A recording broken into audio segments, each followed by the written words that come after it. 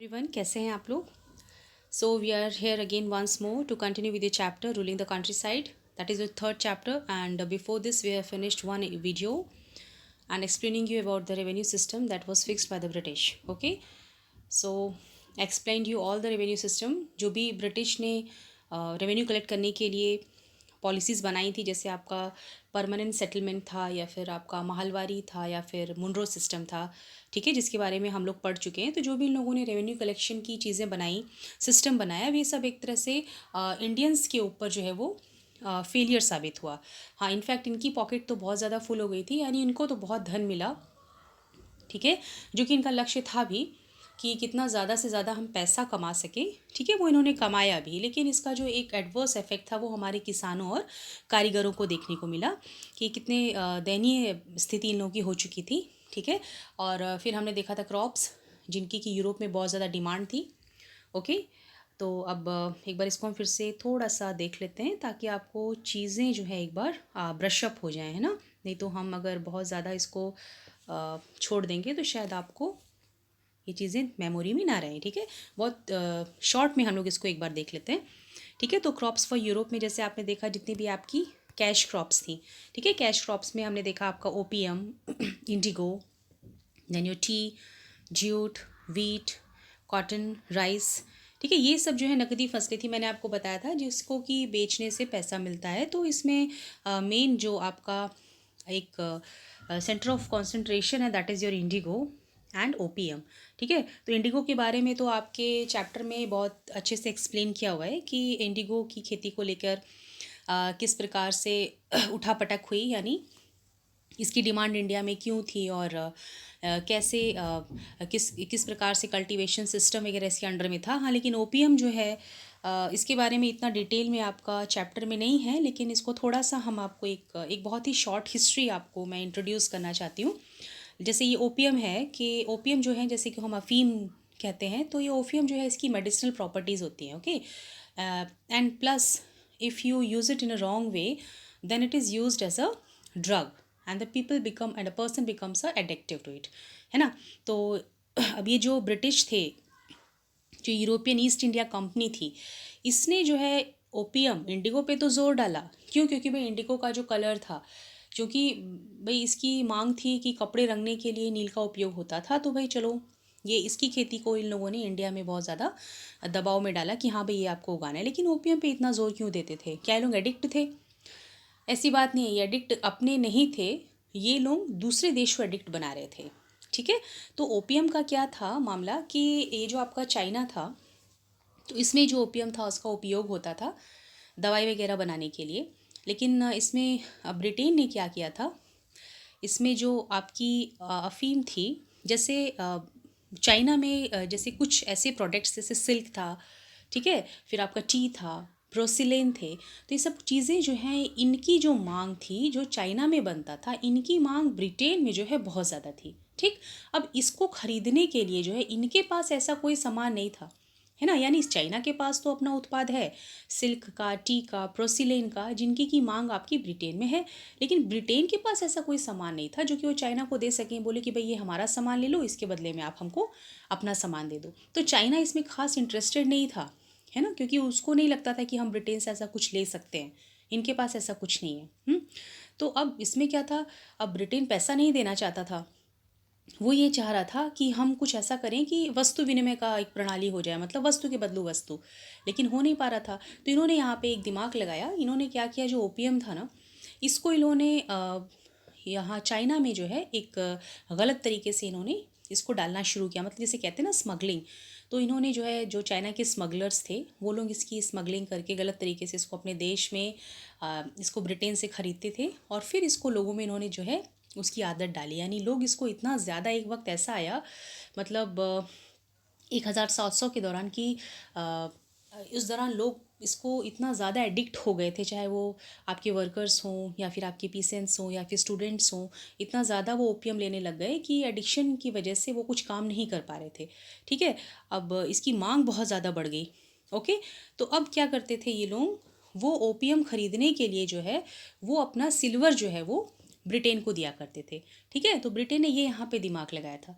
In fact इतना ज़्यादा हो गया था कि 1813 में जो है इनका जो राजा था उसने पनिशमेंट भी डिक्लेयर कर दी थी कि जो ओपियम लेते हुए पाया जाएगा उसको कोड़े मारे जाएंगे और बहुत तरीके की चीज़ें। लेकिन लोग इतना ज़्यादा एडिक्ट हो गए थे कि उन लोगों ने कहा कि अगर आप हमको ओपियम नहीं लेने देंगे तो फिर हम आपका काम ही नहीं करेंगे, है ना, आपकी राज व्यवस्था ही ठप कर देंगे। तो इस तरह की चीज़ें जो है चीन में हुई थी और इसी को लेके जो है तकरीबन एक दो ओपियम वॉर्स भी हुए थे आपके चाइना और ब्रिटेन के बीच में। ओके, तो इस प्रकार से जो है यही कारण था कि जो ये ब्रिटेन था वो इतना ज़्यादा जो है इस पे ज़ोर दे रहा था ओपियम पे, क्योंकि वो उगाता था तो भारत की धरती पे, फिर यहाँ से उगा के फिर उसको ले आके चाइना में जो है उसको फ्रॉम द बैक डोर वो उसको स्मगलिंग के ज़रिए मतलब उसको वहाँ पे लोगों को देता था, लोगों को एडिक्ट बनाता था, लोग उसको खरीदने के लिए फिर जो अपना कॉइन उसको देते थे। ठीक है, तो 1820 तक आते आते सिचुएशन ऐसी रिवर्स हो गई कि अब जो है चाइना की जो चांदी थी वो ब्रिटेन की पॉकेट में जा रही थी, क्या खरीदने के लिए, ओपियम खरीदने के लिए। ओके, तो ये कारण था कि ओपियम पे जो है ब्रिटेन का बहुत ज़्यादा जोर था। ओके, चलिए, ये तो आपके थोड़ा सा टॉपिक से अलग हट के बात होगी, थोड़ा बहुत एक्स्ट्रा नॉलेज भी हमारे पास होनी चाहिए। ओके, चलिए, अभी फिर हमने देखा था कलर्स के बारे में। ठीक है, इसमें हमने देखा आपका कलमकारी प्रिंट जो कि आपके आंध्र प्रदेश के बुनकर बनाते थे, मोरिस कॉटन प्रिंट जिसको कि विलियम ने बनाया था, जो कि आपके एक अच्छे खासे पोएट थे और आपके आर्टिस्ट भी थे। तो इसमें आपको क्यों बताया गया है, आपका ध्यान खींचा गया है इसके एक रिच ब्लू कलर की तरफ, जो कि बहुत ही खूबसूरत लग रहा है। तो ये रिच ब्लू कलर आता था आपका एक पौधे से जिसका नाम था इंडिगो। ठीक है, तो यही जो है जो ब्लू डाई थी यही आपकी मॉरिस में मॉरिस के प्रिंट में और आपकी कलमकारी में यूज़ हुई है। ठीक है, तो एक वक्त था जबकि इंडिया आपका बहुत बड़ा सप्लायर था इंडिगो का ऑल ओवर द वर्ल्ड। तो ये सब चीज़ें थी जिसकी वजह से जो है इंडिगो जो है इंडियन इंडिगो बहुत ज़्यादा डिमांड में था। ओके, अब सबसे बड़ा क्या कारण था कि जो आपका फ्रांस था, इटली और ब्रिटेन था, ये सब अपने जो कपड़े डाई करते थे उसमें इंडियन इंडिगो का इस्तेमाल करते थे। ठीक है, इसलिए इंडियन इंडिगो की मांग जो है बहुत ज़्यादा थी। और इंडिया में इंडिगो इतना ज़्यादा क्यों उगता था, क्योंकि आपका इंडिया जो है वो ट्रॉपिक्स में पड़ता है ना, यहाँ का मानसून जो है, यहाँ का जो मौसम जो है वो इंडिगो की खेती के लिए बहुत अच्छा है। लेकिन प्रॉब्लम यहाँ पे ये हुई कि अब ये जो है यूरोपियन मार्केट तक आते आते बहुत कम मात्रा में बचता था और इसकी प्राइस भी जो है बहुत ज़्यादा हाई हो जाती थी। ओके, तो यहाँ के जो यूरोपियन मैन्युफैक्चरर्स थे उनको दिक्कत हुई, क्योंकि भाई अब इतना महंगा है और पूरी मात्रा में मिल भी नहीं पा रहा है। तो इस वजह से इन लोग जो है दूसरे एक पौधे पे डिपेंड थे जिसका नाम था वर्ड। अभी जो वर्ड भी है ये इंडिगो की तरह काम करता था, लेकिन प्रॉब्लम ये थी कि इसकी जो क्वालिटी थी वो इंडिगो से काफ़ी नीचे थी, इतनी अच्छी क्वालिटी नहीं थी। ठीक है, तो अभी यूरोपियन मार्केट्स के जो ड्रायर्स थे कपड़ा रंगने वाले वो भी जो है इंडिगो को ही प्रिफ़र करते थे। तो अब जो मैन्युफैक्चरर्स थे उन्होंने तो एक बार गवर्नमेंट को मना भी किया कि भाई आप इसका इंपोर्ट रोकिए, क्योंकि इससे हमारे व्यवसाय को जो है वो घाटा हो रहा है। लेकिन जब देखा कि इसकी मांग इतनी ज़्यादा है तो हार के फिर उन लोगों को अपनी गवर्नमेंट को ये कहना पड़ा कि आप जो है जो बैन है उसको थोड़ा सा फ्लेक्सिबल कर लीजिए। ओके, और फिर आपके इसके साथ ही जो बाकी आपके और जगह थे जैसे कि आपकी कैरिबियन आइलैंड थी, जमाइका, ब्राज़ील, वेनेजुएला, तो यहाँ पे जो है प्लांटेशंस आए। ठीक है, प्लांटेशंस की शुरुआत हुई जहाँ पे कि इंडिगो को जो है उगाना शुरू कर दिया गया। ओके, तो अब ईस्ट इंडिया कंपनी को थोड़ा इंडिगो वहाँ से भी मिलने लग गया।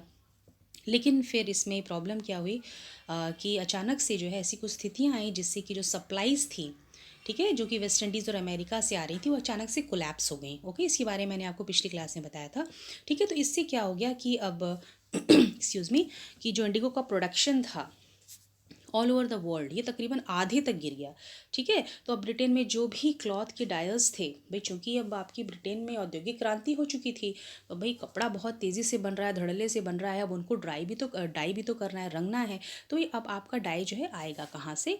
तो इन सब स्थितियों के अंतर्गत क्या हुआ, ब्रिटेन पूरी तरीके से इंडिया पे डिपेंड हो गया। ठीक है, फिर हमने देखा कि इसमें मुनाफा इतना ज़्यादा था कि सब लोग अपनी नौकरी छोड़कर और पैसा लोन लेकर और किसी भी तरीके से जो है यहाँ पे इंडिया में आके अपना प्लांटेशन डालने लग गए। ठीक, तो अब इससे क्या हुआ, इंडिगो कल्टीवेशन बहुत ज़्यादा बड़े पैमाने पे फैल गया। तो यहाँ पे हमने दो सिस्टम पढ़े इंडिगो कल्टीवेशन का, एक आपका निस और दूसरा आपका रियोती। ठीक है, तो अब ये प्लांटेशन करने के लिए जो प्लांटर्स थे, ठीक है, ये लोग क्या करते थे, वो लोग जो लैंड यानी ज़मीन जो कि जिस पे प्लांटेशन करना था, या तो वो ज़मींदार से क्या करते थे, सीधे खरीद लेते थे, या तो उसको रेंट पे ले लेते थे। ठीक है, अब इस पे जो है ये लोग मजदूर लगाते थे जो कि उस पे इनके लिए काम कर सके। ठीक, यानी इनकी पूरी प्लानिंग हो गई थी, लेकिन इसमें कुछ समस्याएं इनको देखने में आई। समस्याएं क्या थी कि भाई इंडिगो चूँकि सिर्फ फर्टाइल सॉइल पे होता था, ठीक है, लेकिन वो जो ज़मीन का हिस्सा था ऑलरेडी वहाँ पे लोग बसे हुए थे, बहुत घनी जनसंख्या थी, तो वहाँ पे तो कल्टीवेशन हो नहीं सकता। ठीक है, तो अब इसमें क्या करें, तो इन लोगों ने क्या किया, ऐसी कोशिश की कि जो इंडिगो फैक्ट्री उसके आसपास की जो ज़मीन है उसको हम लोग लीज़ पे ले लेते हैं और वहाँ से पीसेंट्स को हम लोग भगा देंगे। ठीक है, तो इससे क्या हो गया, भाई जिसकी ज़मीन है वो अपनी छोड़ के भागेगा किस लिए। ठीक है, तो ये इसने झगड़े का रूप ले लिया। ओके, अब दूसरी प्रॉब्लम हमने देखी कि इनको आसानी से लेबर नहीं मिल रहा था। क्यों? क्योंकि जो लोग काम करेंगे वो खुद ही जो है अभी अपने खेतों में राइस कल्टीवेशन का काम कर रहे थे। ठीक, तो अभी अब जो तीसरी समस्या थी वो ये आई कि अनिस कल्टीवेशन क्योंकि बहुत बड़े पैमाने पे होता था, तो इसमें प्लॉज और बुलक्स की बहुत ज़्यादा मांग थी। ठीक है, तो इस इतने बड़े पैमाने पे प्लॉज और बुलक्स जो है अगर आपको मिल जाएंगे तो उसकी मेंटेनेंस इनके ऊपर बहुत महंगी पड़ेगी। ठीक है, यानी बहुत मुश्किल था मेंटेन करना हज़ारों की संख्या में। और दूसरा कि इनकी सप्लाईज मिलना ही बहुत मुश्किल था, क्योंकि उस टाइम जो आपके किसान थे उन्होंने अपने राइस फील्ड्स में जो है इनको लगा के रखा था। ठीक है, तो वो आपको देंगे कैसे। ओके, तो इन्हीं सब समस्याओं से परेशान होकर जो आपके निस प्लांटर्स थे वो थोड़ा सा पीछे हटने लगे। ठीक है, और तकरीबन सिर्फ 25% ज़मीन पे जो है आपकी इंडिगो जो है उगाई जाने लगी, और बाकी का जितना भी आपका ज़मीन था वो आपका रियोती सिस्टम में आ गया। राइट, अब देखिए अब जो आपने रोयट्स के बारे में पढ़ा, रोयट्स मैंने आपको पता है किसान। ठीक है, तो 25% ज़मीन आपने देखा इंडिगो कल्टीवेशन में जा रही है, बाकी जो बची है उस पर आपका रियोती सिस्टम है। तो रियोती सिस्टम में क्या किया, यहाँ पे जो प्लांटर्स थे उन्होंने क्या किया, किसानों को ज़बरदस्ती फोर्स किया, है ना, किसके तहत, विलेज हेडमैन के द्वारा। भाई विलेज हेडमैन क्यों, क्योंकि भाई वो उनका परिचित था, उनके गाँव का रहने वाला था, तो वो कुछ बात कहेगा तो भी उनको अच्छे समझ में आएगी, वो विश्वास करेंगे। ठीक है, तो उन्होंने उनको कहा कि आप कॉन्ट्रैक्ट साइन करवाइए जिसके तहत हम इनको पहले से कैश एडवांस दे देंगे, उस पर जो इनका इंटरेस्ट जो है वो कम लगेगा, और साथ में अब इनको क्या करना होगा कि हम इनको बीज दे देंगे, मशीन दे देंगे, इन लोगों को बस क्या करना होगा, खेती करनी होगी। ठीक, लेकिन इस कंडीशन लोगों ने ये रखी कि तकरीबन आप लोगों को 25% ज़मीन पे जो इंडिगो की खेती वो करनी होगी। ठीक, तो भाई किसान भी खुशी खुशी इस बात के लिए राज़ी हो गया। और उसके बाद जब इन लोगों का पहला हार्वेस्ट हुआ, पहली फसल कटी, तो इन लोगों को लगा कि भाई बहुत खुश थे कि भाई हम हार्वेस्ट दे रहे हैं, हमको बहुत ज़्यादा पैसा मिलेगा, तो इन लोगों ने दिया। ठीक है, लेकिन अब यहाँ पे हतोत्साहित हो गए ये लोग, इसलिए क्योंकि जब इन्होंने पहला हार्वेस्ट डिलीवर किया, इनको सोचा पैसा मिल जाएगा, तो उसके बाद ही इन्होंने उनके ऊपर नया लोन थोप दिया। ठीक है, कि अब ये नया लोन है आपके लिए, दोबारा से वो चीज़ शुरू हो गई। अब उस पर दूसरी चीज़ क्या थी कि जो इंडिगो उन लोगों ने दिया था उसके लिए प्राइस भी लोगों ने इनको बहुत कम दी। ठीक है, तो किसान को समझ में आ गया कि अब हम यहाँ पे फंस चुके हैं। ओके, और दूसरी प्रॉब्लम क्या थी, ठीक है इंडिगो तो हम लोग कल्टीवेट कर रहे हैं, लेकिन जिस मिट्टी में हमने इंडिगो को कल्टीवेट किया वो बहुत अच्छी मिट्टी में होता था, और एक बार अगर वो लग जाता था किसी भी मिट्टी में तो वो उसको क्या करता था, बंजर बना देता था, उसमें दोबारा से आपकी राइस फिर कल्टीवेट नहीं हो पाती थी। ओके, तो ये सारी ऐसी परिस्थितियाँ थीं जिसकी वजह से किसान बहुत ज़्यादा परेशान हो गए, और उन्होंने फिर क्या कर दी, क्रांति, और इसको हम लोग कहते हैं ब्लू रिबिलियन। ठीक है, नीली क्रांति। अब इसको नीली क्रांति इसलिए कहा गया क्योंकि ये जो कलर है वो निकल के आया है आपका इंडिगो के कलर से। ठीक है, क्योंकि नीले रंग का आपका इंडिगो जो है कलर देता था, इसलिए इसको कहा गया blue rebellion. Okay, so now let us start the class.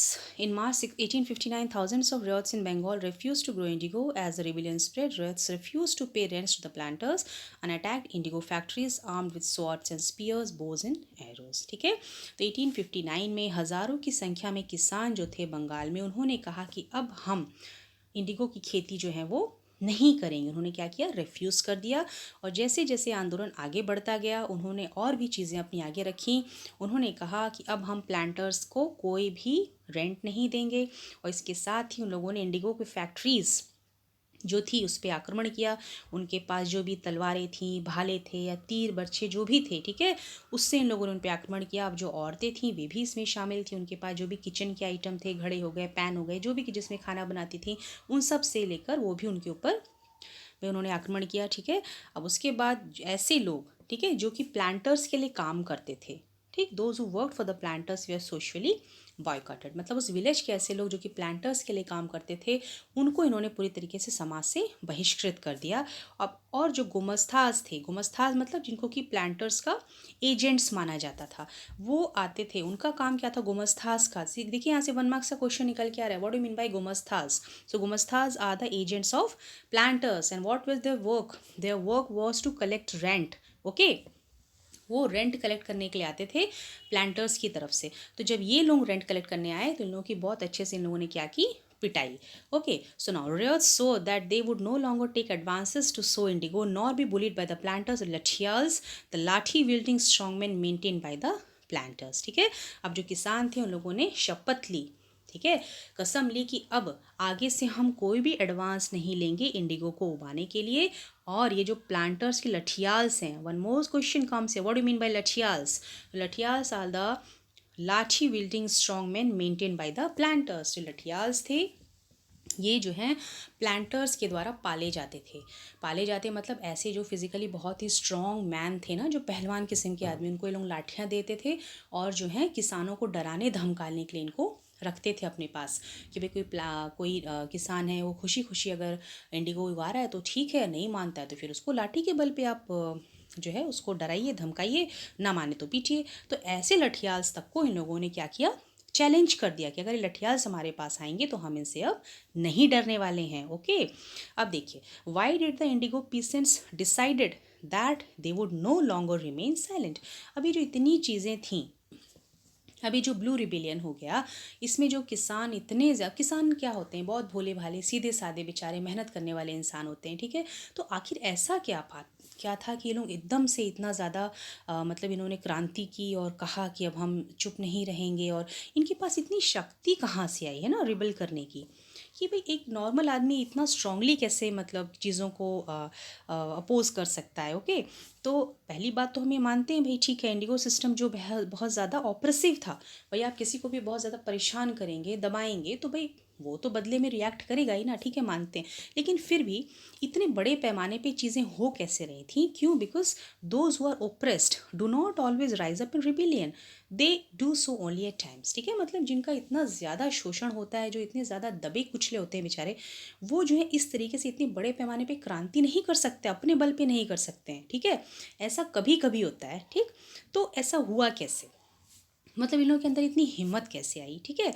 तो इसका कारण क्या था, इन 1859 the Indigo riots felt that they had the support of the local zamindars and village headmans। Okay, अब देखिए इनके पीछे कौन खड़ा था, इनके पीछे खड़े थे जो वहाँ के लोकल ज़मींदार्स थे और जो विलेज हेडमैन थे। ओके, इनका सपोर्ट इनको मिला हुआ था। इन्होंने जो है इन्हीं की आड़ में क्या किया, प्लांटर्स के खिलाफ विद्रोह किया। So in many villages headman who had been forced to sign indigo contracts mobilised the indigo peasant and fought pitched battles with lathiyals. देखिए अब ये लोग क्यों भड़के हुए थे, अब इसमें कारण क्या था, जो आपके विलेज हेडमैन थे, ठीक है। अब जो हेडमैन थे उनको क्या, उनके साथ ज़बरदस्ती की जाती थी, ठीक है, ज़बरदस्ती की जाती थी इंडिगो कॉन्ट्रैक्ट्स को साइन करवाने के लिए, ठीक है। तो ये इससे भड़के थे, इन लोगों ने क्या किया, पीसेंट्स को इकट्ठा किया और उसके बाद क्या किया, अच्छा खासा इन लोगों ने एक लड़ाई लड़ी लठियाल्स के साथ, ठीक है, मुठभेड़ हुई थी पूरी। So in other places even the zamindars went around the villages urging the ryots to resist the planters. अब जो ज़मींदार थे, ठीक है, वे भी पीछे नहीं थे, उन्होंने भी गाँव गाँव जाके किसानों को इकट्ठा किया, उनका ग्रुप बनाया और उनको कहा कि आप प्लांटर्स के खिलाफ आवाज़ उठाइए। अब ज़मींदार क्यों ना खुश थे, भाई उनके साथ क्या हुआ था, इसीलिए क्योंकि भाई आपने परमानेंट सेटलमेंट में देखा उनके साथ क्या हुआ, ठीक है। अब जो है जब इन्होंने सिस्टम को बदला, ज़मींदारी में परमानेंट सेटलमेंट आया, फिर उसके बाद आपका महलवारी आया, है ना, फिर उसके बाद आपका मुनरो सिस्टम आया, तो आपने देखा कि उसमें किस प्रकार से ज़मींदार की भूमिका चेंज हुई, उनके साथ भी भाई प्रॉब्लम हुई, है ना। अब ये जो आ गए थे प्लांटर्स, अब ये प्लांटर जो थी इनकी शक्ति जो है ज़मींदारों से ज़्यादा बढ़ने लग गई, ठीक है। तो इसके बारे में ज़मींदारों को बहुत गुस्सा था, और क्या था, so they were unhappy with the increasing power of the planters and angry at being forced by the planters to give them land on long leases. यानी भाई पहले से ही आप खार खाए बैठे हो, इतनी दिक्कत पहले हुई, ऊपर से अब आप आके हमारे सर पे नाच रहे हो, आप इतने पावरफुल हो गए और अब आप हमारी ज़मीन मांग रहे हो, वो भी इतने लॉन्ग लीसेस पे, ठीक है। तो भाई अब ये तो हुआ ना जले पे नमक छिड़कने के बराबर। तो यही सब कारण था कि ज़मींदार और विलेज हेडमैन ने पूरा अच्छे तरीके से एक प्रॉपरली मोबिलाइज़ किया, प्लानिंग किया, और जो किसान थे उनको सपोर्ट किया, तब जाके ये ब्लू रिबिलियन हुई। ओके, सो नाउ अब इसमें जो आपके भोले भाले किसान थे, ठीक है, जो कि नील की खेती करते थे, दे इमेजिन्ड, है ना, उनकी ऐसी कल्पना थी कि जो ब्रिटिश सरकार है वो उनका जो एक लड़ाई है प्लांटर्स के खिलाफ उसमें उनके सपोर्ट करेगी, ठीक है। अब देखिए वो ये सोचते थे ना, सामने तो प्लांटर्स ही दिख रहे हैं, तो उनको लगता था हमारा असली शत्रु कौन है, प्लांटर्स है, लेकिन पीछे जिसने पूरी प्लानिंग की है वो उसको नहीं देख पा रहे थे, ठीक है। तो उनको लगता था जो ब्रिटिश गवर्नमेंट है वो हमारी रक्षा करेगी और हमको नुकसान कौन पहुंचा रहे हैं, प्लांटर्स, ऐसा वो सोचते थे।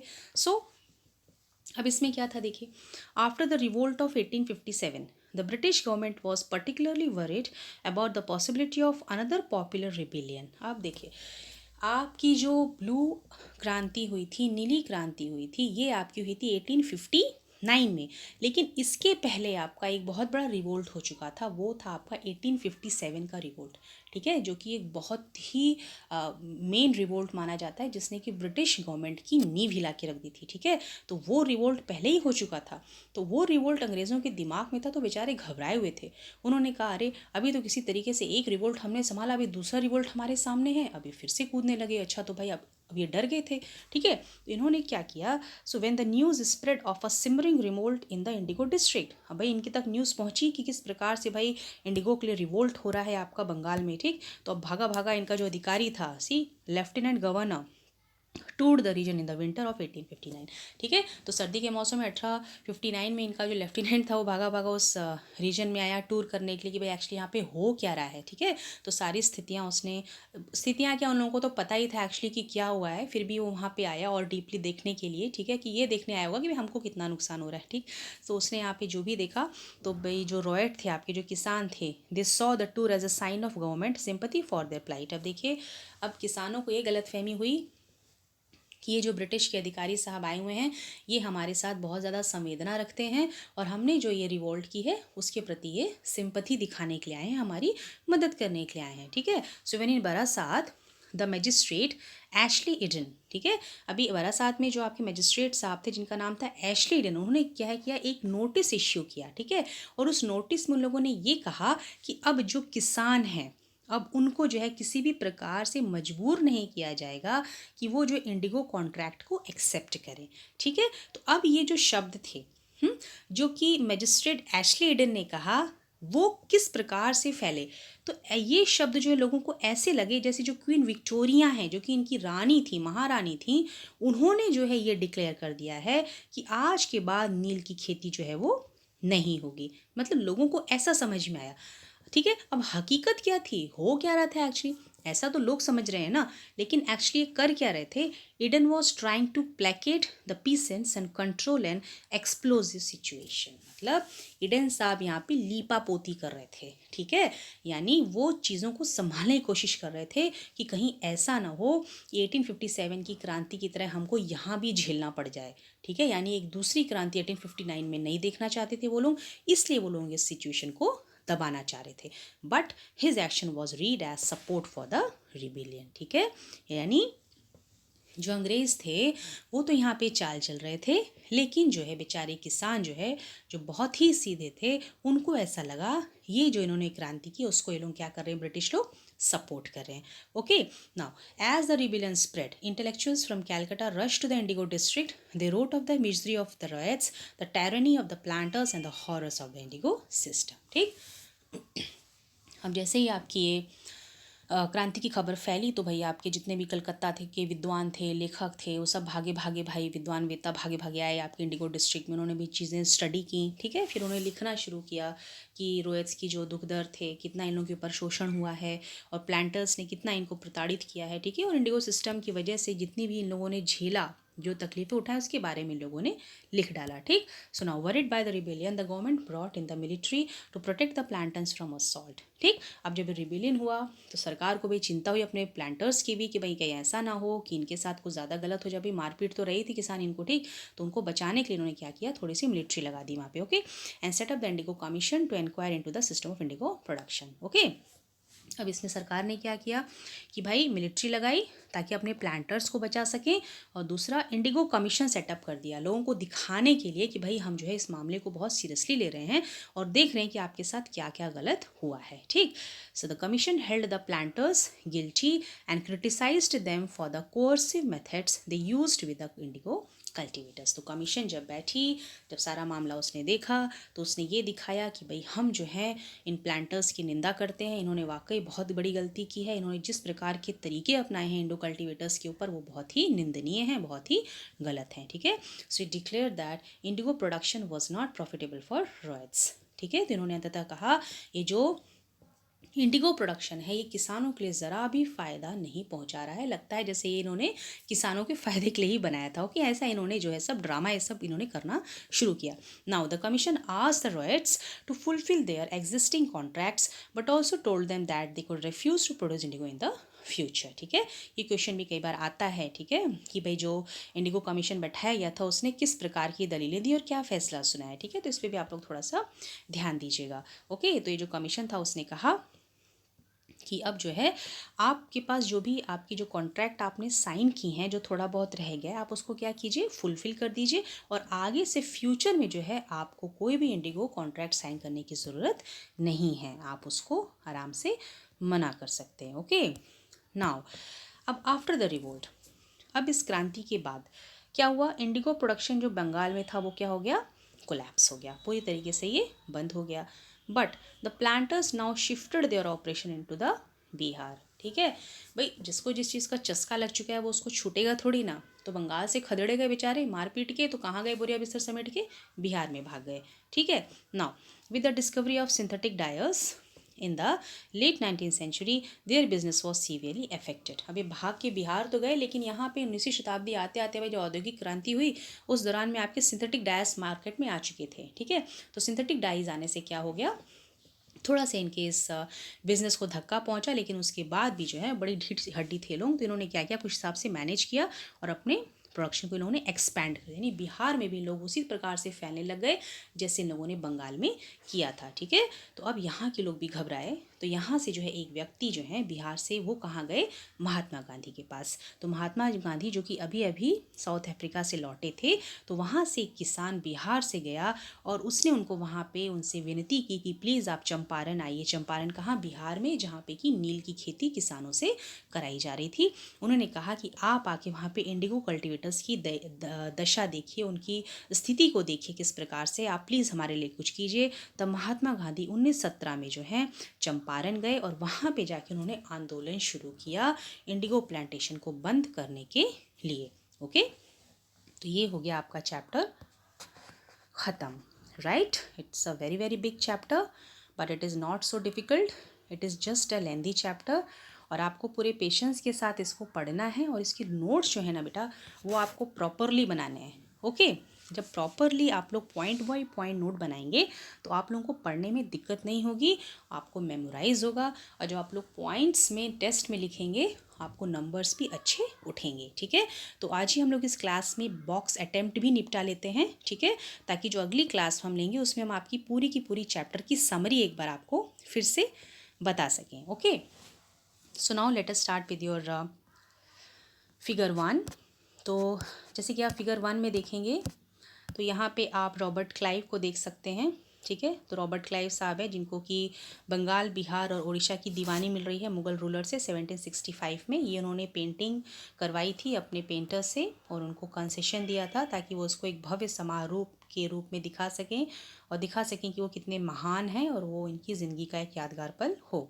ठीक है, फिर हम फिगर 2 देखते हैं। फिगर 2 देखिए, हाट लगी है। हाट का मतलब क्या होता है, बाज़ार। वीकली मतलब हफ्ते में एक बार जो बाज़ार लगती है। तो ये जो दृश्य है ये आपका है मुर्शिदाबाद, बंगाल में। ठीक है, तो यहाँ पे आपके जो पीसेंट्स या आर्टिसंस थे, ठीक, ये जो गाँव से अपना सामान लेके आते थे यहाँ पे बेचने के लिए हार्ट्स में, और जो इनको चाहिए था वो खरीदने के लिए। ओके, तो यहाँ भी एक मार्क का क्वेश्चन बन रहा है, what do you mean by hearts. Heart का मतलब होता है आपका वीकली मार्केट। ठीक है, तो अब ये मार्केट जो है ये जब इकोनॉमिक क्राइसिस हुआ था, जो बहुत ही सभ्य और पढ़े लिखे अंग्रेज़ों की देन थी, तो जब इकोनॉमिक क्राइसिस हुआ तब ये मार्केट बहुत बुरी तरीके से उससे प्रभावित हुए थे। ओके, अब नेक्स्ट आपका आते हैं बहुत ही महान शख्सियत चार्ल्स कॉर्नवालिस। ठीक है, आप इनको फिगर में देख सकते हैं, ये जो कि परमानेंट सेटलमेंट के जन्मदाता थे। ठीक है, so Cornwallis was the governor general of India when the permanent settlement was introduced. Right, अब थोड़ा सा हम सोर्स 1 पढ़ लेते हैं। Colebrooke on Bengal ryots. अभी कोलीब्रुक नाम के व्यक्ति हैं। ठीक है, इन्होंने क्या किया है कि बंगाल के जो किसान थे उनकी स्थिति के ऊपर इन्होंने कुछ शब्द लिखे हुए हैं। तो ये लिखते हैं साहब कि In many villages of Bengal, some of the powerful ryots did not cultivate but instead give out their lands to others, the under tenants taking from them very high rents. In 1806, H.T. Colebrook described the conditions of these under tenants in Bengal. मतलब ऐसे बहुत से village थे जहाँ की, जैसे कि आपने पढ़ा है कि रॉयट्स को जो है कल्टीवेट करने के लिए कहा जाता था, तो जो बड़े बड़े किसान थे ना, जिनके पास बहुत ज़्यादा पैसे थे, वो अपने से कल्टीवेशन नहीं करते थे। वो उनके नीचे जो टीनेंट्स थे बेचारे, है ना, बहुत गरीब, है ना, जिनके पास अपनी ज़मीनें नहीं हुआ करती थी, वो उनसे जो है अपनी ज़मीनों पे कल्टीवेशन कराया करते थे और इसके बदले में उनसे बहुत ज़्यादा हाई रेंट जो है वो वसूला करते थे। तो ये जो टीनेंट हैं उनकी दशा जो है रेंट देने से क्या हो गई थी, वो ये बताने की कोशिश कर रहे हैं। So the under tenants depressed by an excessive rent in kind and by usurious returns for the cattle, seed, and subsistence advanced to them, can never extricate themselves from debt. In so abject a state, they cannot labor in spirit while they earn a scanty subsistence without hope of bettering their situation. मतलब यहाँ जो आपके गरीब टिनेंट्स थे, जो बेचारी भूमिहीन किसान थे, ये इनके ऊपर इतना ज़्यादा रेंट था। अभी रेंट चाहे मतलब पैसे के रूप में हो या फिर किसी और चीज़ की तरह दिया गया हो, जैसे मान लो इनको पशु दे दिए गए हों या फिर बीज दे दिए गए हों, कुछ भी दिया गया हो रेंट के रूप में, तो वो जब इसको वापस करने वाली स्थिति में आते थे ना, तो वो स्थिति इनकी हो नहीं पाती थी, क्योंकि इनके पास कभी इतना जुटता ही नहीं था। ठीक है, तो अब इनकी स्थिति इतनी बेकार थी डेब्ट की वजह से, कर्जे की वजह से, कि वो जो है काम भी जो करते थे ना, तो वो खुशी के साथ नहीं कर पाते थे। ठीक है, और थोड़ा बहुत जो कमाते भी थे, तो उससे उनको सिर्फ इतना ही मिलता था जितना कि वो अपना जीवन निर्वाह कर सकें, यानी सिर्फ ज़िंदा रह सके। वो कभी भी अपनी लाइफ को जो है बेटर करने के बारे में नहीं सोच पाए। ठीक है, अब देखिए यहाँ पे एक वर्ड आया है महाल। जैसे कि बताया था मैंने, महाल क्या होता है भाई, लैंड को जो डिवाइड कर दिया गया था, ओके, और फिर उस पर एक डेफिनेट रेवेन्यू अमाउंट रख दिया गया था। ठीक है, so in British revenue records mahal is a revenue estate which may be a village or a group of villages. Okay, कुछ चीज़ें जो आपको याद करनी पड़ती है, जो 1 मार्क्स से पूछा जाता है। अभी थॉमस मुनरो हैं, जो कि गवर्नर रहे मद्रास के 1819 से लेकर 26 तक। इन्होंने ही जो मुनरो सिस्टम को डेवलप किया था। मुनरो सिस्टम आपको अच्छे से पता है, जो कि साउथ में डेवलप किया गया था। ओके, जहाँ से कोई भी इंटरमीडियरी नहीं था, बीच में कड़ी नहीं थी, सीधे ब्रिटिश और प्रीसेंट के बीच में एक सौदा था रेवेन्यू को लेकर। ठीक है, अब हम आ जाते हैं आपका ये कलमकारी, और ये मैं आपको एक्सप्लेन कर चुकी हूँ। ठीक है, अब नेक्स्ट हम प्लांटेशन देखते हैं। A large farm operated by a planter employing various forms of forced labor. Plantations are associated with the production of coffee, sugarcane, tobacco, tea and cotton. ठीक है, तो प्लांटेशन का मतलब क्या होता है, जहाँ पे एक बहुत बड़ा खेत होता है, ठीक है, बहुत बड़ा एरिया होता है, जहाँ पे कि आपका प्लांटर जो है बहुत सारे मजदूरों को लगा के काम कराते हैं, और अक्सर ये मजदूरी जो है फोर्सफुली यानी ज़बरदस्ती कराई जाती है। ठीक है, अब यहाँ पे जो अक्सर जो ऐसी इस प्रकार की फसलें उगाई जाती हैं जो कि नकदी होती हैं, ठीक है, जैसे coffee, sugar cane, tobacco, tea and cotton. ठीक, अब ये आप एक पेंटिंग देख सकते हैं फिगर 7 में। ये जो मैंने आपको बताया था कि जब आपका इंडिगो का एक जो खेप जो की जाती थी वेस्ट इंडीज़ और अमेरिका से यूरोपियन कंट्रीज़ को, तो ये क्यों जो है अचानक से कोलैप्स हो गई थी। तो ये जो आपका रिवोल्ट हुआ था ना, अफ्रीकन स्लेव्स जो रिवोल्ट किया था, वो आपको यहाँ पे दर्शाया गया है, आप इस पिक्चर को देख सकते हैं। Okay, the slave revolt in Saint Domingo August 1791, painting by January Suchodolski. ठीक है, ये इस नाम के पेंटर ने बनाया है। इन्होंने इनको दर्शाने की कोशिश की किस प्रकार से वहाँ पे क्रांति हुई थी। So in the 18th century French planters produced indigo and sugar in the French colony of Saint Domingo in the Caribbean islands. The African slaves who worked on the plantations rose in rebellion in 1791, burning the plantations and killing their rich planters. In 1792, France abolished slavery in the French colonies. These events led to the collapse of the indigo plantations in the Caribbean islands. ठीक, जैसे कि आप ये सब पढ़ चुके हैं, हम आपको बता चुके 18वीं शताब्दी में जो आपके फ्रेंच प्लांटर्स थे, वो जो है नील और चीनी, ठीक है, ये फ्रेंच कॉलोनी में जो है स्लेव से इनका काम कराया करते थे सैंट डोमिंगो कैरिबियन आइलैंड में। लेकिन इसके बाद अफ्रीकन स्लेव्स ने बहुत ज़्यादा परेशान हो गई, उनका भी शोषण बहुत ज़्यादा हुआ। ठीक है, तो उन्होंने भी जो क्या किया, विद्रोह कर दिया 1791 में, और उन्होंने उनके बहुत सारे प्लांटेशंस में आग लगा दी, बहुत लोगों को जान से मार दिया प्लांटर्स को। ठीक है, तो परेशान हो गए। जो 1792 में फ्रांस की गवर्नमेंट थी, उसने जो है स्लेवरी को ख़त्म कर दिया। ठीक, फ्रेंच कॉलोनीज़ में। इसी से क्या हो गया, जो इंडिगो प्लांटेशन से जो एक नील की जो एक डिलीवरी जा रही थी कैरिबियन आइलैंड से, वो जो है ख़त्म हो गई थी। राइट, तो इसकी वजह से जो है ब्रिटेन पूरी तरीके से इंडिया के ऊपर आके गिरा था धड़ाम इंडिगो के लिए। ओके नाउ, अब देखिए slave A person who is owned by someone else, the slave owner, a slave has no freedom and is compelled to work for the master. Slave मानी दास, ठीक है, आप अच्छे से जानते होंगे, ठीक है। कोई ऐसा व्यक्ति जिसे कहीं से ज़बरदस्ती से कोई युद्ध हो गया, ठीक है, युद्ध में राजा मारा गया, ठीक, या राज्य से जो भी लोग हैं उसको आप पकड़ के ले आए, अपने यहाँ दास बना दिया, या फिर कहीं से आप उसको खरीद के ले आए। सब तो अफ्रीकन स्लेव्स बहुत ज़्यादा उस वक्त जो है पकड़ के लाए जाते थे, ठीक। तो यहाँ पे जो है उनको, जो उनका मालिक था वो उनको अपने घर में रखता था, अपने मन के हिसाब से उनसे चाहे जो काम कराता था। उनके पास कोई फ्रीडम नहीं थी और उनको जो भी उनका मास्टर है उनको काम करना पड़ता था। अभी बीघा है, बीघा का मतलब होता है unit of measurement of land, ठीक है। तो before British rule the size of this area varied. In Bengal the British standardise it to about 1/3 of an acre, ठीक है। अब हम आगे बढ़ते हैं। अब ये जो फिगर 8 है इसमें आपको दिखाया गया है किस प्रकार से वर्कर्स जो हैं 19वीं शताब्दी में इंडिगो जो फसल आपकी पक गई है उसको काट रहे हैं, ठीक है। और ये आपकी बनाई गई है, देखिए आपका ये जो पेंटिंग है वो आया है from Colesworthey Grant rural life in Bengal 1860, ठीक है। यानी ग्रांट ने जो आपकी एक बुक लिखी थी रूरल लाइफ इन बंगाल 1860 में, उसमें से ये पिक्चर जो है आपको निकाल के दिखाई गई है। और ये कहा गया है कि इंडिगो प्लांट की हार्वेस्टिंग मोस्टली जो है मेन करते थे, यानी पुरुष वर्ग करते थे। अब ये देखिए फिगर 9 में दिखाया हुआ है आपको कि आपकी जो इंडिगो प्लांट हैं वो जो हैं जब कट गई हैं ऊपर फसलें, तो उसको जो है फिर फैक्ट्री की तरफ ले जाया जा रहा है बैलगाड़ियों से और पैदल, ठीक। अब आप नीचे आ जाइए, देखिए हाउ वॉज इंडिगो प्रोड्यूस्ड, ठीक। यानी कि आपका इंडिगो किस प्रकार से प्रोड्यूस किया जाता था। यहाँ पूरा का पूरा आपको एक सीन दिखाया हुआ है। ये कैसे यहाँ पे आपका देखिए ये आपकी इंडिगो की फैक्ट्री है, ठीक है, जहाँ पे इंडिगो बनाया जाना है। और ये जो आपका ये पे घर है, ठीक है, यहाँ पे जो लोग रह रहे हैं। और ये आपके जो हैं वैट्स हैं, यानी जहाँ पे आपका इंडिगो जो है वो तैयार हो रहा है, ठीक। इसको फर्मेंटिंग वैट कहते हैं, ठीक।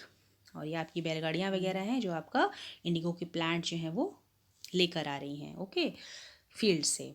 नाउ फिगर 10 देखिए, an indigo factory located near indigo fields, painting by William Simpson 1863। देखिए अब इसमें आपको क्या दिया है, the indigo villages were usually around indigo factories owned by the planters. यानी जो आपके गांव होते थे इंडिगो विलेजेस ही कहा जाता था क्योंकि यहाँ पे इंडिगो की खेती होती थी।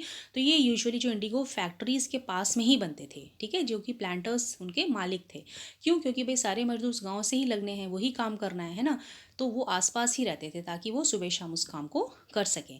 सो after harvest the indigo plant was taken to the vats in the indigo factory, ठीक। तो जब आपकी इंडिगो की फसल कट जाती थी तो उस पौधे को जो है वैट्स में लेके जाया जाता था फैक्ट्री में। वैट मतलब क्या है? वैट्स मतलब वो बर्तन जहाँ पे कि आपका इंडिगो प्लांट का फर्मेंटेशन होता था, ओके। सो 3 और 4 vats we are needed to manufacture the dye. यानी 3 से 4 वैट लगते थे आपके डाई को बनाने में। And each vat had a separate function, ठीक है। अब ये जो वैट थे आपके ना, ये सब एक जैसे दिखते थे लेकिन इनका सबका काम जो है ना वो अलग अलग हुआ करता था, okay. The leaves stripped off the indigo plants were first soaked in warm water, ठीक। मतलब ये आपको फंक्शन एक स्टेप्स बता रहा है कि कैसे कैसे आपका इंडिगो बनाया जाता था डाई। तो पहले क्या करते थे, जो पत्ती थी ना उसको जो है प्लांट में से तोड़ लेते थे, ठीक। फिर उन पत्तियों को जो है गर्म पानी में डालते थे, और वैट में डाली। पहला जो वैट था उसमें क्या काम था, उस पत्ती को डाल के उबालने का, okay. So the plants were first soaked in warm water in vat known as the fermenting steeper vat। मतलब जो पहला वैट था जिसमें कि पत्तियां निकाल के पौधे को गर्म पानी में डुबोया जाता था, उस वैट को कहते थे फर्मेंटिंग और स्टीपर वैट। और बहुत घंटे तक इसको उसमें डुबो के रखते थे जब तक कि आपका पौधा फर्मेंट नहीं होता था, यानी सड़गल नहीं जाता था, ठीक है। अब क्या करते थे, when the plants fermented the liquid began to boil, ठीक है। उसको सुखा लिया आपने पूरी तरीके से, पानी में डुबा के उसको सड़ा गला लिया। फिर आपने क्या किया, उस पानी को आपने बॉयल करना शुरू किया जब तक कि उसमें बबल्स नहीं आ गए, ठीक है। यानी पूरा 100 डिग्री सेंटीग्रेड पे बॉयल करते थे वो लोग। उसके बाद जो आपकी रॉटन लीव्स थी, ठीक है, उसको बाहर निकालते थे और लिक्विड को क्या करते थे, उसको बहा देते थे दूसरे वैट में, okay. The rotten leaves were taken out and the liquid drained into the another vat that was placed just below the first vat, ठीक है। एक के नीचे एक बर्तन, यानी पहले बर्तन में आपने क्या किया, उसको आपने गरम किया। गरम करने के बाद जो दूसरा बर्तन था उसमें आपने जो पानी बचा उसको उस वैट में आपने डाल दिया, ठीक है। अब जो सेकेंड वैट था उसको जाना जाता था बिटर वैट के नाम से, okay. Now the solution was continuously stirred and beaten with paddles. अब यहाँ पे जो सोल्यूशन था आपका, उसको लगातार जो है घुमाया जाता था पैडल से, ठीक है। तो when the liquid gradually turned green and then blue, है ना, तो जब तक लिक्विड को घुमाते थे, जब तक कि उसका रंग हरा और हरा से ब्लू नहीं हो जाता था, उसके बाद उसमें लाइम वाटर ऐड करते थे and then the indigo separated out in flakes. कभी आपने अपनी मदर्स को किचन में पनीर फाड़ते हुए देखा है क्या? तो वो भी कुछ ऐसी ही प्रक्रिया है, ठीक है। कुछ कुछ ये वाला सेकंड वाला स्टेप उसमें भी है कि भाई दूध को खूब खौला दिया, खौलाने के बाद उसमें नींबू डाला, नींबू डालने के बाद फिर क्या, वो जो फ्लेक्स निकल गए ना, पनीर निकल निकल के ऊपर आ गया। बस वैसे ही साहब आपका इंडिगो भी बन रहा है, लग रहा है, ठीक है। तो यहाँ पे भी जैसे ही उन्होंने लाइम वाटर ऐड किया तो इंडिगो जो था वो फ्लेक्स के रूप में बाहर आ गया, है ना, ऊपर आ गया। So muddy sediment settle at the bottom, और जो नीचे जो था वो गंदा पानी जो है वो इकट्ठा हो गया वैट में। तब a clear liquid rose to the surface, और जो साफ पानी था वो ऊपर आ गया। The liquid was drained off and the sediment the indigo pulp transfer to another vat known as the settling vat, ठीक है। अब इन्होंने जो पानी था साफ उसको ड्रेन ऑफ कर दिया, और जो आपका इंडिगो पल्प था जो इनको चाहिए था उसको दूसरे वैट में ट्रांसफ़र किया, जिसको जाना जाता है सेटलिंग वैट के नाम से। And then pressed and dried for the sale, फिर उसको सुखा के, उसको प्रेस करके फिर उसको बेचने के लिए तैयार कर दिया। ओके, तो आप जो वैट है, देखिए हमारे यहाँ 3 तरह के वैट यूज़ है ना। ये वैट एक वैट के नीचे दूसरा वैट, मतलब 3 वैट लगे थे, ठीक है। तो जो आपका पहला वैट है, हाँ, उसको जाना गया है फर्मेंटिंग और स्टीपर वैट के नाम से, ठीक। और जो दूसरा वैट है उसको कहा है लोगों ने बीटर वैट, और जो तीसरा वैट उसका नाम कहा गया सेटलिंग वैट, ठीक है।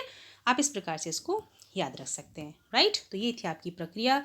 अब देखिए फिगर 11 में, the woman usually carried the indigo plant to the vats. अब औरतों का क्या काम था, वो जो है, जो आपकी फसल कट जाती थी उसको जो है वो वैट तक पहुंचाती थी। अब फिगर 12 में देखिए, द वैट बीटर, ये साहब वो हैं जो कि उसको स्टीर किया करते थे, ओके, चलाते थे। The indigo worker here is standing with the paddle that was use to stir the solution in the vat. These workers had to remain in waist deep water for over 8 hours to beat the indigo solution। देखिए इनका काम कितना मेहनत वाला था। ये बेचारे जो वैट था, ठीक है, उसमें जो आपका सोल्यूशन भरा रहता था, कमर तक भरा रहता था, और वो कमर तक उसमें डूबे रहते थे। उसी में कमर तक डूब के उसको लगातार चलाते रहते थे करीबन 1 घंटे तक, ठीक है। तो चलाने के बाद ही उसका कलर चेंज होता था, ठीक है। तो इन लोगों का काम कितना मेहनत का था, आप इधर देख सकते हैं। अब यहाँ पे देखिए वैट का मतलब हुआ है, वैट का मतलब क्या है, अ फर्मेंटिंग और स्टोरेज वेसल, ठीक है। फिगर 13 देखिए, the Indigo is ready for sale, ठीक। अब यहाँ पे देख सकते हैं जिनको इन्होंने पल्प को जो प्रेस किया है, काटा है, वो अब यहाँ पे तैयार है। इसको लोग बेचने के लिए अब यहाँ पे तैयार हो गया है। So here you can see the last stage of the production, workers stamping and cutting the indigo pulp that has been pressed and molded. In the background you can see a worker carrying away the blocks for drying, ठीक है। यहाँ से इसको सुखाने के लिए ले जा रहे हैं। तो ये आपकी प्रक्रिया थी इंडिगो बनाने की, राइट। नाउ अब देखिए यहाँ पे एक सॉन्ग है, a song from an indigo producing village, यानी एक ऐसा गांव जहाँ पे कि इंडिगो कल्टीवेशन को थोपा गया था। तो वहाँ के लोगों का जो दुख है, जो दर्द है, ठीक है, उसको इस सॉन्ग में जो है दर्शाया गया है। Okay, so now okay we have come down. Okay, let us see now. In moments of struggle, people often sing songs to inspire each other and to build a sense of collective unity, ठीक है। यहाँ पे बताया गया कि लोग बेचारे जब संघर्ष की स्थिति में होते थे तो वो आपस में एक दूसरे को सांत्वना देने के लिए, ठीक है, एक दूसरे को मोटिवेट करने के लिए, आपसी एकता को दर्शाने के लिए कुछ गाने गुनगुनाया करते थे। तो such songs give us a glimpse of their feelings. तो जब वो गुनगुनाते थे, भाई आदमी के मन में जो होता है वही उसकी बातों में बाहर आता है, ठीक है। तो उनके मन की जो व्यथा थी, जो दर्द था, वो उनके गाने के ज़रिए निकल के बाहर आता था। So during the indigo rebellion many such songs could be heard in the villages of lower Bengal. Here is one such song, ठीक है। तो जब आपकी क्रांति हुई बंगाल में, उसके बाद ऐसे बहुत से सॉन्ग जो है बंगाल विलेज में सुने जाते थे। उसमें से ये भी एक यहाँ पे सॉन्ग है जो आपके लिए आपको दिखाया गया है। Okay, the long lathis wielded by the planter of Mollahati now line cluster, ठीक है। मतलब बताया जो लंबी लंबी लाठियाँ लेके आपके प्लांटर के लठियाल खड़े हैं, जो मोलाहाटी के रहने वाले, वो सारे ग्रुप में हैं, इन्हें इकट्ठे हो गए, बहुत सारे लठियाल इकट्ठे हैं। The babus of Kolkata have sail down to see the great fight. अब कोलकाता से जो आपके लोग आए हुए थे देखने के लिए ना, ठीक है, वो सब आए थे यहाँ पे इस लड़ाई को देखने के लिए। कैसी लड़ाई थी? This time the reds were all ready, they they will no longer be beaten in silence. ठीक है, तो यहाँ पे क्या बताया जा रहा है, जब ये क्रांति हो गई थी, यानी जब किसानों ने शपथ ले ली थी कि अब वो जो है लठियाल से डरेंगे नहीं और वो उनका सामना करेंगे। ठीक है, यानी एक तरफ आपके लठियाल इकट्ठे हैं और एक तरफ आपके किसान इकट्ठे हैं उनसे लड़ने के लिए, और इसको देखने के लिए कलकत्ता से लोग आए हुए हैं। So they will no longer give up their life without fighting the lathiyals, मतलब अब वो जो है इन लोगों से डर के अपनी ज़िंदगी को ख़त्म नहीं होने देंगे, वो जो लठियाल से अब लड़ेंगे। ठीक है, ये उनके गाने के मतलब थे। ओके, अब नेक्स्ट हम देखते हैं source 3, I would rather beg than sow indigo. अब ये Hadji Mollah and indigo cultivator of Chandpur. ठीक है, चांदपुर नाम का एक गाँव है जहाँ पे जो एक मुल्ला साहब हैं जो कि इंडिगो कल्टिवेशन में लगे हुए हैं। ठीक है, तो ये इनके कुछ ऐसी पंक्तियाँ हैं जो आपको दिखा रखी हैं। तो यहाँ पे जो थाना हरदी था, ठीक है, यहाँ पे जो इनका इंटरव्यू चला था, क्योंकि इंडिगो कमीशन के कुछ मेंबर आए हुए थे। ठीक है, इन्होंने इनसे कुछ प्रश्न पूछे थे। ठीक है, ट्यूसडे 5 जून 1860 में। So this is what he said in answer some of the question. यहाँ पे प्रश्नोत्तरी बना रखी है, मतलब कमीशन के जो लोग थे उन्होंने किस प्रकार के प्रश्न पूछे और हदजी मुल्ला ने उसका क्या आंसर दिया।